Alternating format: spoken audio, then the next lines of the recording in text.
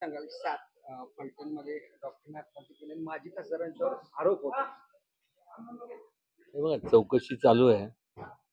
खरं काय खोटं काय मला माहित नाही.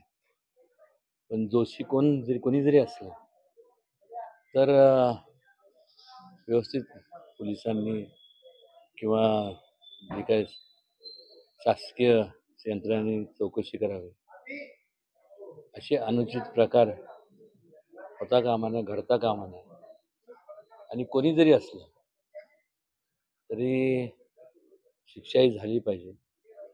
कारण की सातारा जिल्ह्याची जर एकंदरीत परंपरा जर पाहिली तर ह्या जिल्ह्याने केवळ महाराष्ट्रालाच नाही, एक देशाला काम केलं.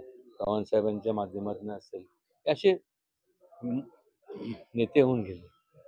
वेगवेगळे संपूर्ण सांस्कृतिक क्षेत्रात, ह्या निरनिराळ्या क्षेत्रात महाराष्ट्रालाच जर त्यांनी या जिल्ह्यांनी पहिल्यापासून प्रतिनिधित्व केलंच आहे. आणि दुर्दैवाने असं जर घडत असेल तर असे अनुचित प्रकार भविष्यकाळात होताच कामा नये. आणि त्यात करता मी आज मी उद्या मुख्यमंत्र्यांशी बोलणारच आहे, किंवा आज मला त्यांच्याशी संपर्क साधता आला नाही. पण मला खात्री आहे की त्यांनी ते यंत्रणा जे असतील शासकीय यंत्रणा ते कुठेही कमी पडणार नाही. आणि माझं विनंती राहील संपूर्ण ज्या भागात या घटना अशा घडल्या त्या भागातल्या लोकांना, तिथं ज्यांना काय माहिती असेल या संदर्भात, तर त्यांनी जरूर ती माहिती इन्व्हेस्टिगेशन एजन्सीकडे द्यावी. आणि जास्तीत जास्त लवकरात लवकर अशा लोकांना, म्हणजे त्यांना कुठली शिक्षा द्यावी, त्यांना एकच म्हणजे फाशीशिवाय दुसरी काही शिक्षा असू शकत नाही. पोलिसांचं काम करतात, सगळे तपासले, पण मात्र ह्याच्यात राजकारण करून ठराविक लोकांना टार्गेट केले जाते असं वाटतंय तुम्हाला? नाही, असं आपण निदर्शन आणून द्या. जर आपल्याला असं वाटत असेल, कोणी जरी असलं, कुठल्या पदावर जरी असलं, तर माझ्या परीने एक जबाबदार नागरिक या नात्याने मी वाटेल त्या परिस्थितीत त्यांना, त्या कुटुंबाला, त्या लोकांना न्याय मिळवून देणार, हे मी माझं कर्तव्य समजतो. महाराजसाहेब निंबाळकर, रणजित निंबाळकर आहे, संजय राऊत असतील, अंबादास दानवे असतील, यांनी थेट आरोप केलेले त्यांच्यावर यांचाच हात आहे. कोणाचा हात आहे? रणजित निंबाळकर माजी खासदार. एक लक्षात घ्या, कोण काय बोललं मला माहित नाही.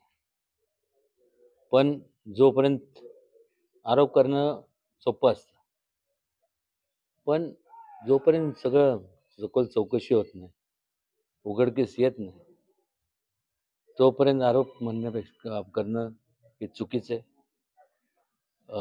तपास यंत्रणांना त्यांच्या परीने चौकशी करू द्या. आम्ही देखील गप बसलेलो नाही आहे. त्या भागातले जे काय माझे जे मित्रमंडळी आहेत, मी त्यांना सांगितलं की तुमच्याकडे जर काय माहिती असेल तर मला द्या, आणि निश्चितपणे त्यांना न्याय देण्याचं काम मात्र मी करेन. शेवटचा प्रश्न, उद्धव ठाकरेचा मुंबईत निर्धार मेळावा झाला होता आणि या निर्धार मेळाव्यात उद्धव ठाकरे असं म्हणले की भाजपवाले हे घुरटे चोर आहे. मी बघितलं नाही, म्हणजे मी दिवसभर संपूर्ण भागात ठिकठिकाणी या भागातल्या लोकांचं जे काय निधन झालं किंवा जी काय मुलीचं जी हत्या झाली त्या ठिकाणी भेटी दिल्या, त्यामुळे मी बघितलं नाही. आणि त्यांनी काय वक्तव्य केलं मला माहीत नाही. काय म्हणाला तुम्ही? घोरटे चोर आहेत, भाजपवाले घुरटे चोर आहेत. ते त्यांचं मत असेल. लोकांचं जर मत तसं असतं तर लोकांनी भारतीय जनता पक्षाला सत्तेत बसवलं नसतं. आणि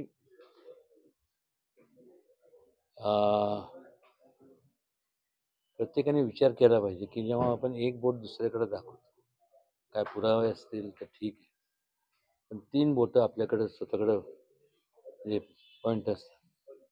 बोलणं काय, बोलायला काय, एखाद्याचा हात आपण पकडू शकतो. काय बोललं, एखादा जर बोलायला लागलं तर आपण त्याला थांबवणार कसं? ठीक आहे. सासवडला जी घटना झाली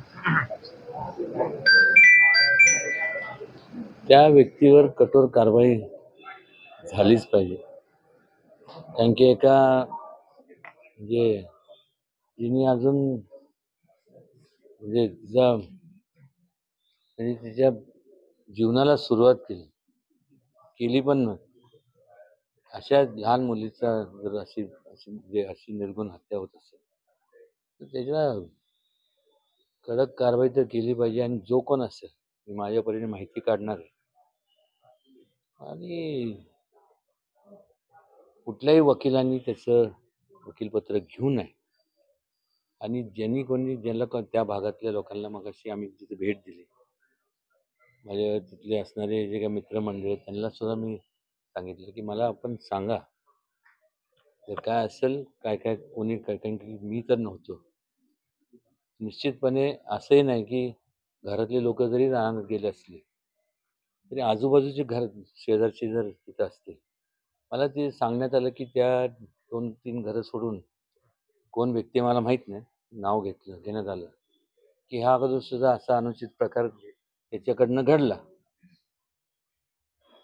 की असं घडला की तर फार मोठी शोकांतिका. आणि मग ते सुटका का कशी झाली?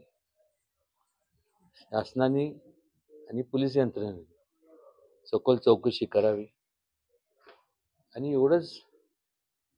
आणि त्यावेळेस सुटका कशी झाली आणि सोडलं कोणी, कुठले ऑफिसर्स होते, त्यांच्यावर कारवाई करण्यात यावी. त्यावेळेस कोणाच्या सांगण्यावरनं सोडलं गेलं, कोणीही असू दे, त्यांच्यावर सुद्धा कारवाई करण्यात यावी. आणि आत्ता पुन्हा त्याच गावात त्याच व्यक्तीकडनं ना तर अशी घटना घडत असेल म्हणजे अशा लोकांना पुरावा असेल तर माझं तर म्हणणं आहे की अशा लोकांना तर गोळ्या घालून सगळ्यांसमोर किंवा जनतेच्या ताब्यात द्याव्यात. जनतेने निर्णय घेसून मारला पाहिजे.